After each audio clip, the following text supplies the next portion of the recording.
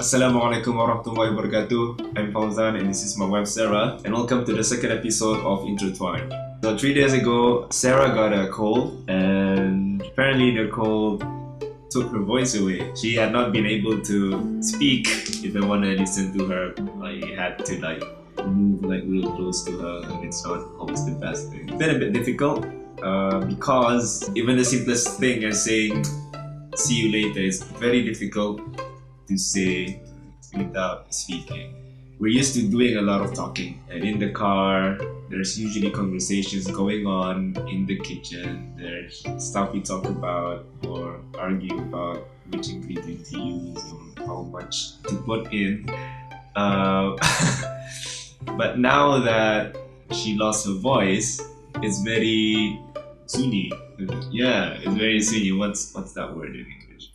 I was driving from Bandar to Panaga earlier this morning. The whole way, I was just listening to music. She wasn't able to speak.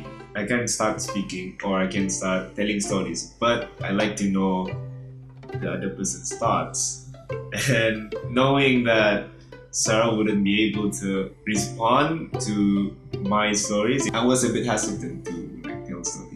We kind of found a way to communicate. One of it is use text, but what she does is try to do sign language. I'm pretty sure she's not doing the actual sign language. It's like her own version of it. She's like,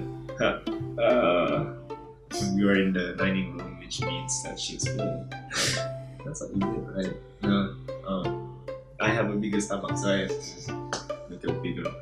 She's saying that it reminded her of charades. I had the same thought. It kind of feels like playing charades. It's just that it's a bit more tough.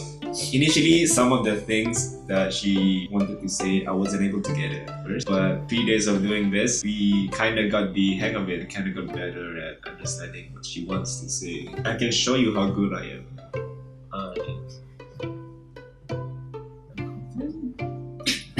You're coughing.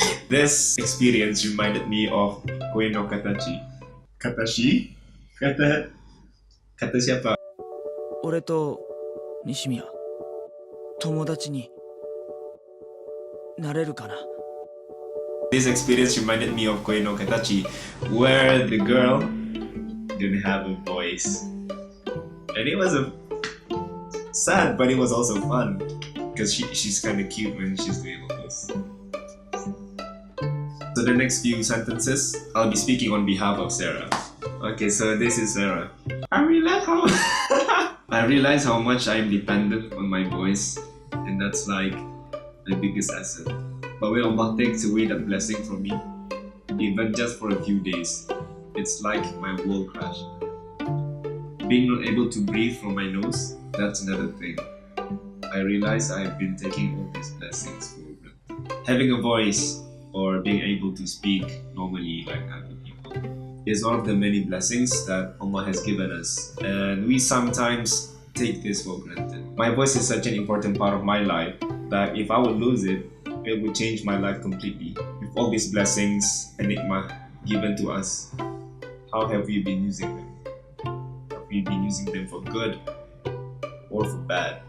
Have we been grateful for them, or have we been ignorant?